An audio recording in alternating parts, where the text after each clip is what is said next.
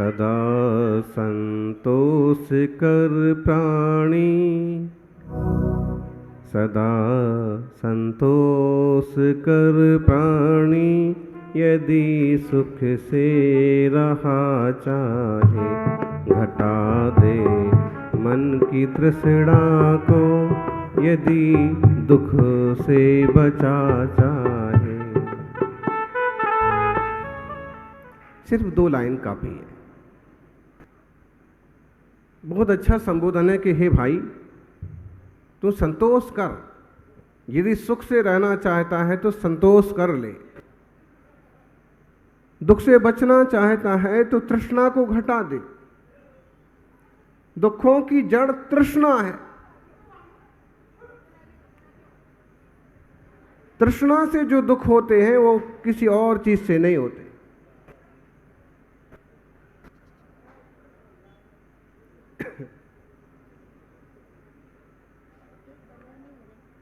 जितनी तृष्णा है, जितनी आसक्ति है व्यक्ति को, उतना दुख है। आत्म को हित है सुख सो सुख, आकुलता बिन कहिए, आकुलता स्यो माही न ताते, शिवमग लाग्यो चाहिए। आकुलता बढ़ाने वाले सारे साधन हैं संसार के।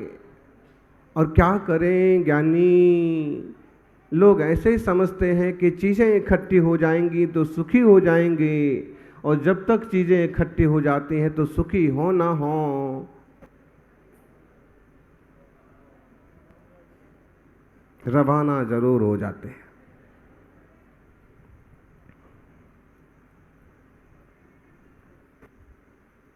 आत्म को सुख है सुख सो सुख, लेकिन लोगों ने उसको उल्टा कर दिया। बोले आत्म को हित है सुख सो सुख, विषय भोग में लइए, विषय भोग धन बिन नहीं ताते, धन ही धन कमाइए। रहने दो, जंगल है, पहाड़ है, मंदिर है, तो बंदर क्यों नहीं होंगे?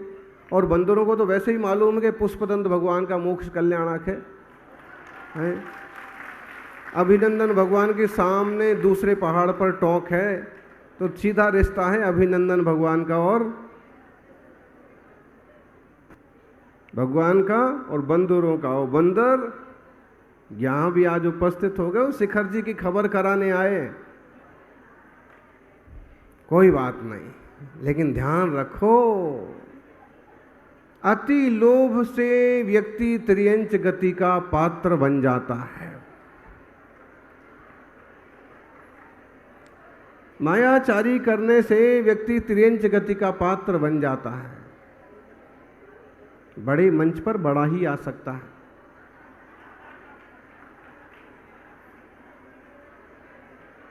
छोटे मोटे को तो जगह ही नहीं।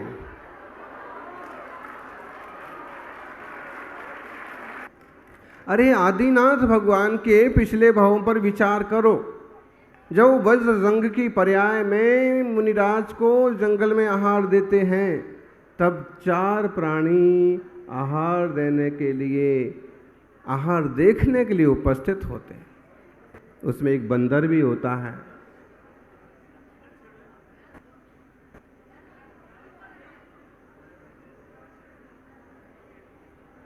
बंदर, सूकर, सिंह और नेवला,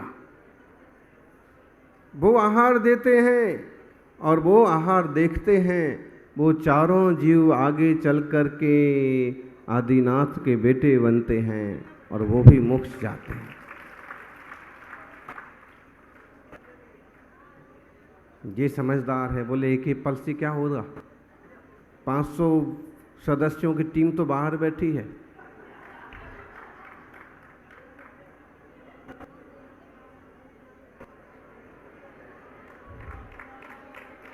पर्यायगत योग्यता, त्रियंच पर्याय के सुख, त्रियंच पर्याय के दुख। आप आकुल व्याकुल मत हो, सिर्फ देखो, ओनली सी, डोंट टच।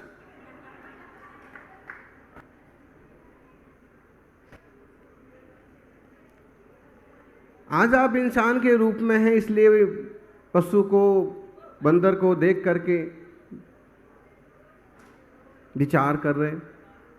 क्या ये जीव बंदर की पर्याय में नहीं गया होगा? इस इंसान की पर्याय में कितने साल हुए आपको? अरे भाई, 4 कसाएं जीव के अनादिकाल से लगी हैं, क्रोध, मान, माया, लोभ। और इन चारों कसायों से चारों गतियों का परिभ्रमण होता रहता है।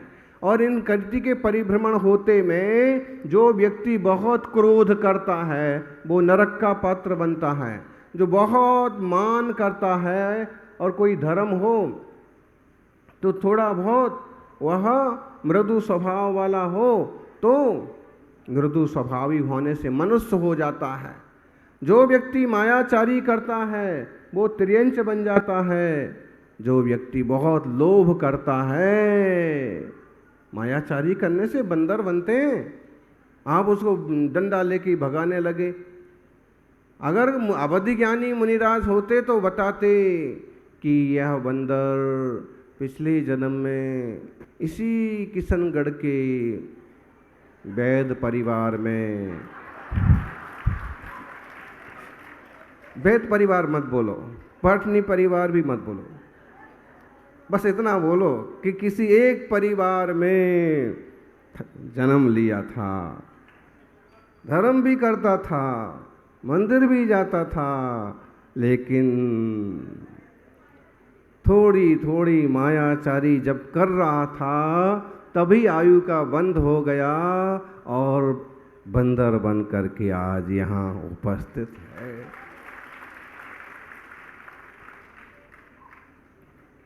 अरे भाई, अवधि ज्ञानी मुनिराज तो बिल्कुल परफेक्ट बताएंगे।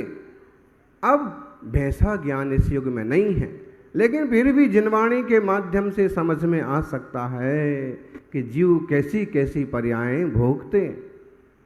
आँख, कान, नाक, मुंह, हाथ, पांव सब हमारे जैसे,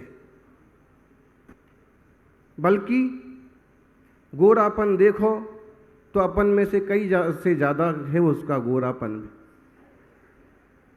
फिर लेकिन क्या करें, त्रियंच पर्याय है। बोलते तो हैं लेकिन ये नहीं कह सकते कि मैं क्यों आया हूं। बस हूँ, अपने दांत दिखाएंगे और थोड़ा सा आवाज निकालेंगे। क्या करें, मुख की रचना ऐसी है कि वो अक्षर नहीं बोल सकते।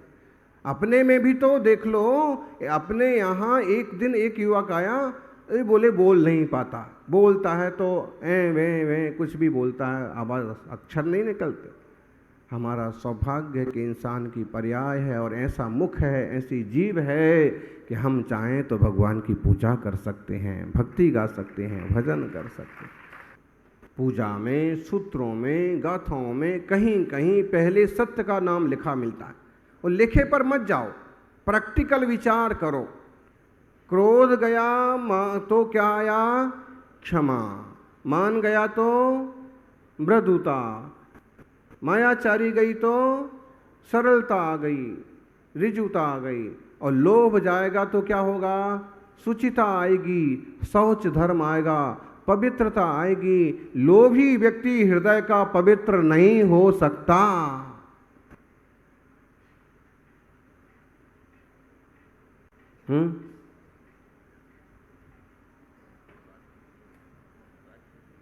बैठो, कलाहार सही हुआ था ना? बैठो सर।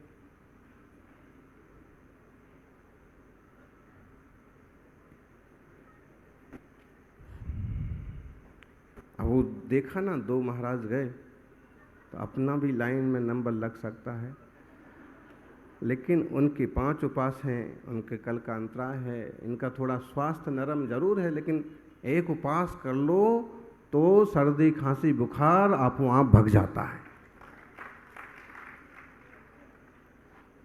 लंघनम प्रथमौषधम, पहली औषध है लंघन। और अगर हमने विधि पूर्वक उसको उपास का रूप दे दिया तो भी स्वास्थ्य के लिए लाभदायक ही होता है।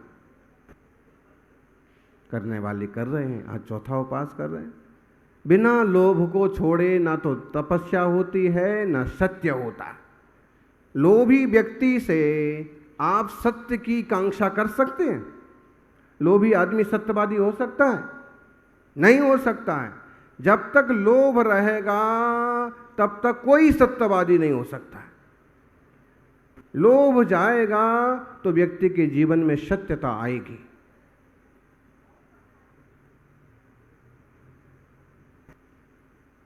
तो अर्थ सूत्र में अचौर्य व्रत की 5 भावनाएं, सत्य व्रत की 5 भावनाएं हैं।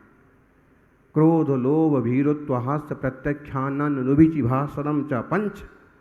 जो व्यक्ति क्रोधी है, जो लोभी है, जो डरपोक है, जो हंसी मजाक करता रहता है, ऐसा व्यक्ति सत्यवादी नहीं हो सकता।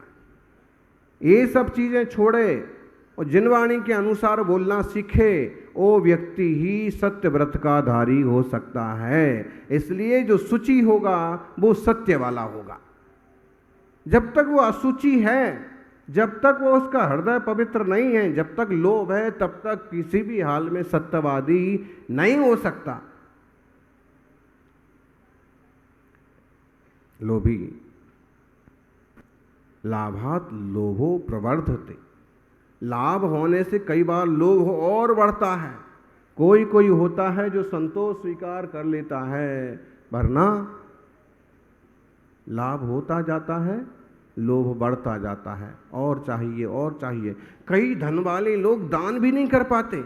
वो यही हिसाब लगाते हैं कि अब 5 करोड़ हो गया और मेहनत करेंगे तो अगले साल तक 6 करोड़ हो जाएगा, 7 करोड़ हो जाएगा, 10 करोड़ हो गया और करेंगे तो 11 करोड़ हो जाएगा।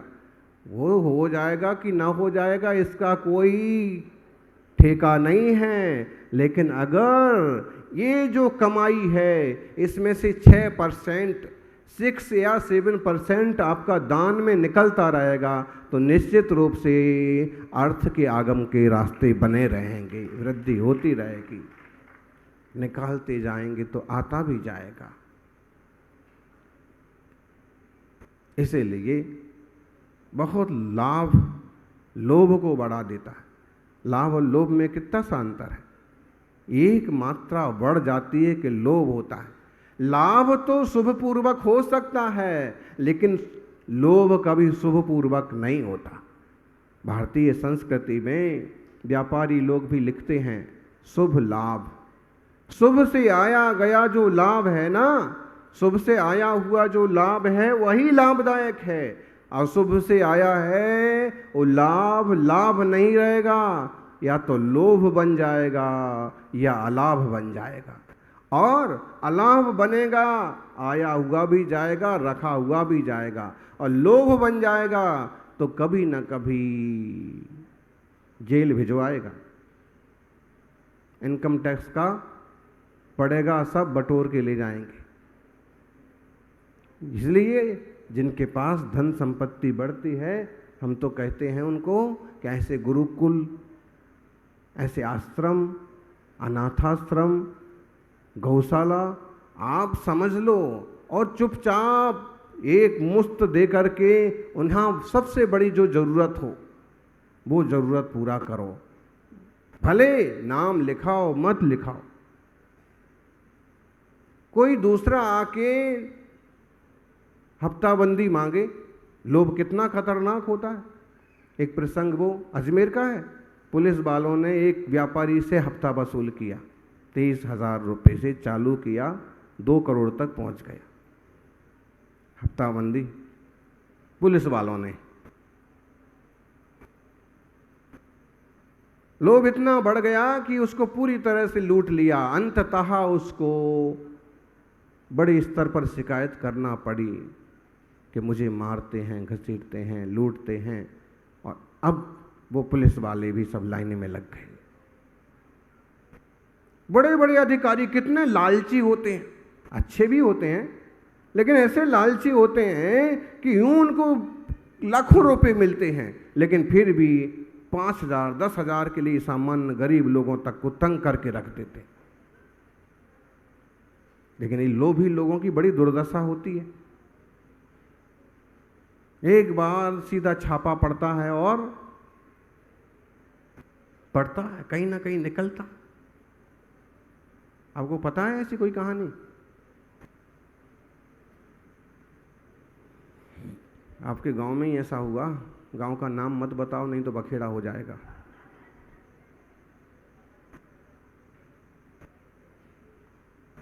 इसलिए कभी संग्रह हो गया तो उसको सही सही जगह पर निकाल दो। ये फिक्र मत करो कि बच्चों का क्या होगा। योग्य सक्षम बच्चे होंगे तो बोले पुत्र सुपुत्र तो का धन संचय, और पुत्र कुपुत्र तो का धन संचय। क्योंकि आज दान का दिन नहीं है और न हम आपको दान को बहुत प्रेरित करने वाले हैं।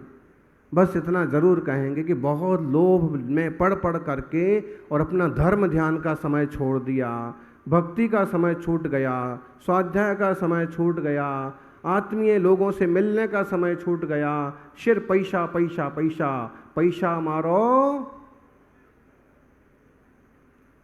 परमेश्वर, मुंह पैसो रो दास। ऐसे लोग बहुत मिलेंगे आपको, हैं?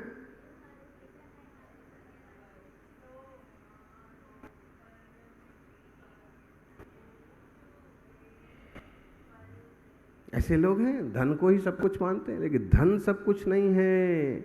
धन से सुख मिलेगी ना मिले इसकी कोई गारंटी नहीं, लेकिन धर्म से सुख मिलेगा इसकी पूरी गारंटी है। सुबह 6 बजे से आप लोग यहाँ बैठे एकदम पंक्तिबद्ध और आनंद से पूजा कर रहे हैं। अभी 10 बजने को आ गए, लेकिन आप लोगों का ऐसा कोई भयंकर दुख, भयंकर तकलीफ, बहुत आक्रोश, माराकुटी का विचार आया? इससे तो प्रैक्टिकल तुरंत सुख मिल रहा है। बोले धर्म से सुख मिलता है, आप बताओ कहाँ मिलता है?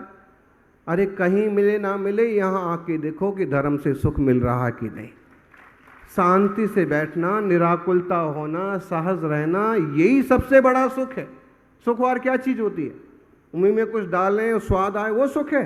कितनी देर का सुख है? घाटी उतरे माटी, आइसक्रीम चाट रहे हैं, चाट रहे हैं, कितनी देर स्वाद है? जब तक जीभ पर है। घाटी उतरा माटी, और उल्टा दस्त कर जाए उसका भी कोई पता नहीं। सुख हुआ 2 सेकंड का और दुख हो गया हफ्ते भर का।